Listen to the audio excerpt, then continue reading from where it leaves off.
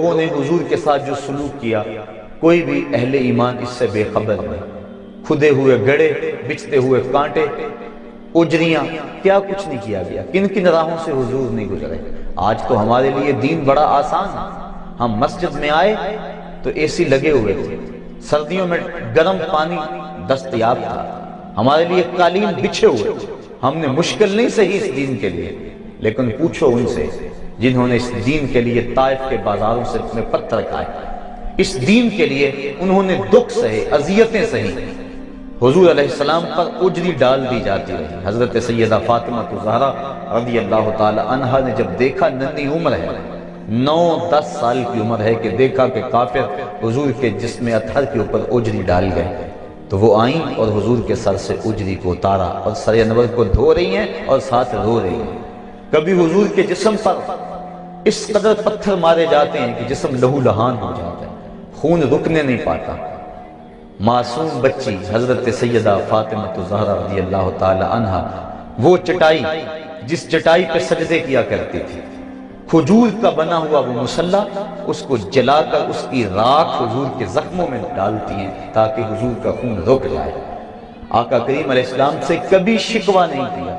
بیٹیاں باپ سے مطالبہ کرتی ہیں، لیکن تاریخ بتاتی ہے کہ سیدہ فاطمہ حضور سے کبھی کوئی مطالبہ نہیں کیا۔ ایک دن انتہائی بے تابی میں حضور کی خدمت میں حاضر ہوئے، آقا کریم علیہ السلام سے عرض کی کہ حضور بھوک اس قدر ہے کہ مجھ سے اب برداشت نہیں ہو رہے، آپ اللہ کی بارگاہ میں دعا کریں کہ میرے اس دکھ کا مداوع ہو جائے۔ آقا کریم جب بیٹی کو بھوک اور پیاس کی حالت میں تڑپتے ہوئے دیکھا، کونین کے خزانوں کا مالک اگر چاہتا تو جنت سے خوشے حضور کھینچ کے زمین پہ لے آتے اور فاطمہ کا گھر پھلوں سے بھر دیتے، انہیں ایک لمحہ کی بھوک بھی برداشت نہ کرنا پڑتی، لیکن آقا کریم نے سیدہ فاطمہ کی پشت پہ ہاتھ پھیرا اور ساتھ دعا دی، اے اللہ میری بیٹی فاطمہ کو بھوک ستایا نہ کرے۔ سیدہ فرماتی ہیں کہ بھوک تو موجود رہتی، لیکن بھوک کی وجہ سے وہ جو تکلیف کا احساس ہوتا وہ ختم ہو گیا حضور کے ہاتھ پھیرنے کی وجہ سے۔ اللہ اکبر۔ تو آقا کریم علیہ السلام کی یہ شہزادی گھر میں کئی دنوں فاقوں سے کاٹ دیتے ہیں۔ امام منذری نے الترغیب والترہیب کے اندر لکھا ہے کہ ایک دن محبوب خدا صلی اللہ علیہ وآلہ وسلم بھوک کی شدت میں مسجد نبوی سے باہر نکلے، آگے شیخین کھڑے تھے، 2 اور صحابی اور موجود ہوئے، چلتے چلتے حضرت ابو ایوب انصاری کے گھر کے قریب سے گزرنے لگے تو وہ خوشبو رسول سونگھ کے جلدی گھر سے باہر آ گئے۔ آقا کریم علیہ السلام سے عرض کی، حضور آپ میرے مہمان بن جائیں، چند لمحوں کے لیے مجھے میزبانی کا شرف بخش دیں۔ آقا کریم فرمایا، ابو ایوب تمہاری مرضی۔ وہ حضور کو گھر لے گئے، چٹائی بچھائی، بٹھایا، بکری کا بچہ ذبح کر کے اہل خانہ کو دیا، جلدی کھانا تیار کرو، میرے آقا کو بھوک لگی ہے۔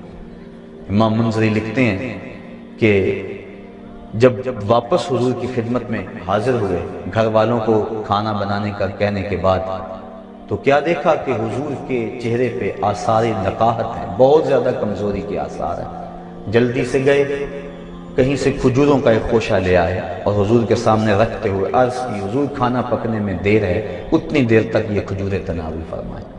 پھر تھوڑی دیر کے بعد کھانا جب دسترخوان پہ لگ گیا، آقا کریم علیہ السلام کی نظر جب کھانے پہ پڑی تو حضور کی آنکھیں چھم چھم برسنے لگی۔ پھر ایک روٹی پکڑی اور چند بوٹیاں لی اور ایک غلام کے ہاتھ میں دیتے ہوئے کہا، جاؤ ہمارے گھر دے آؤ، میری بیٹی فاطمہ کتنے دنوں سے بھوکی بیٹھی تھی، مال کے کونین ہیں وہ پاس کچھ رکھتے نہیں، 2 جہاں کی نعمتیں ہیں ان کے خالی ہاتھ میں، مہینہ گھر میں چولہا نہیں جلتا، لیکن اس کے باوجود زبان پہ شکوہ نہیں ہے۔ بیٹی جب گھر سے چلتی ہے، آج تو بیٹیاں اپنے باپ سے خود جہیز کا مطالبہ کرتی، ایک معاشرے کا یہ روگ کہ غریب کی بیٹی کو قبول کرنے کو تیار نہیں۔ جہیز کی لعنت نے معاشرے کو ایسا جکڑا ہوا ہے کہ گھروں میں بیٹیاں بوڑھی ہو رہی ہیں، ماں باپ ان کی نیندیں اچاٹ ہیں، لیکن دوسری طرف بیٹی بھی مطالبہ کرتی ہے کہ مجھے یہ چاہیے اور مجھے وہ چاہیے۔ لیکن دنیا دیکھے اس منظر کو، جب 2 جہاں کے سردار کے گھر سے آقا کریم کی بیٹی گھر سے نکلتی ہے تو جہیز ان کے پاس کیا ہے؟ ایک مشکیزہ، ایک چکی، ایک آفتابہ، ایک چٹائی کھجوروں کی، یہ ہے ان کا اثاثہ، یہ ہے ان کا سامان جو لے کر حضرت علی المرتضیٰ کے گھر میں پہنچتی ہیں، اور پھر وہاں جا کر چکی پیس پیس کے گزر اوقات کی جا رہی ہے۔ مشکیزہ کندھے پہ اٹھا اٹھا کے یہاں نشان پڑ گئے، چکی پیس پیس کے ہاتھ میں چھالے پڑ گئے۔ سارا دن چکی پیستی ہیں اور ساری رات مصلی بچھا کے عبادت کرتی ہیں۔ آج کی عورت کہتی ہے میرے گھر کے کام کاج بڑے ہیں، میرے پاس وقت نہیں ہے، میرے بچے زیادہ ہیں، میرے پاس وقت نہیں ہے کہ میں نماز پڑھ سکوں، بار بار بچے پیشاب کر دیتے ہیں، کیسے میں صفائی و ستھرائی رکھ سکتی ہوں؟ آؤ سیدہ فاطمہ کی چوکھٹ پہ آؤ، حسنین کی تربیت بھی ہو رہی ہے، مولا علی کی خدمت بھی ہو رہی ہے، اور چکی پیس پیس کے آٹا تیار بھی ہو رہا ہے، مہمانوں کو کھانے بھی بھیجے جا رہے ہیں، اور جب رات پڑتی ہے تو ساری رات مصلی پہ گزار دیتی ہیں۔ اور ذوق بندگی کیا ہے؟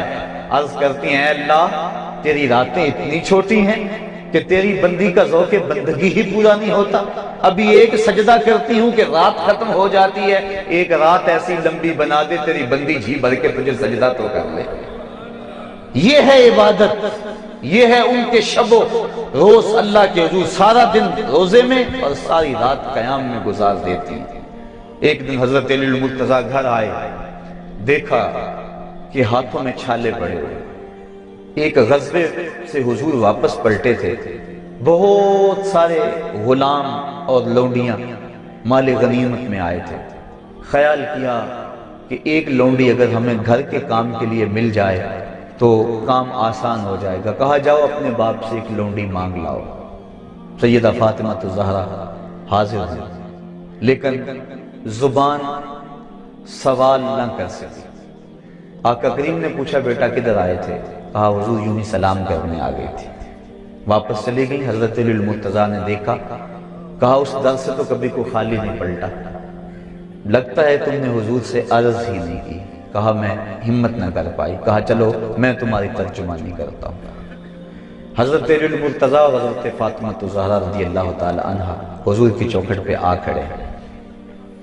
آقا کریم نے پوچھا، بتایا حضور یہ حالت ہے، ہاتھوں کے چھالے، ساری رات عبادت میں گزرتی ہے اور دن چکی پیس پیس کے یہ حال ہے، وقت نہیں، فرصت نہیں، اگر ایک لونڈی آپ اپنی بیٹی کو عطا کر دیں تو کام کاج میں معاونت ہو جائے گی۔ اب آقا کریم کہ ہاں لونڈیوں کی کثرت ہے، قطاریں لگی ہوئی ہیں اور بیٹی دروازے پہ کھڑی ہے۔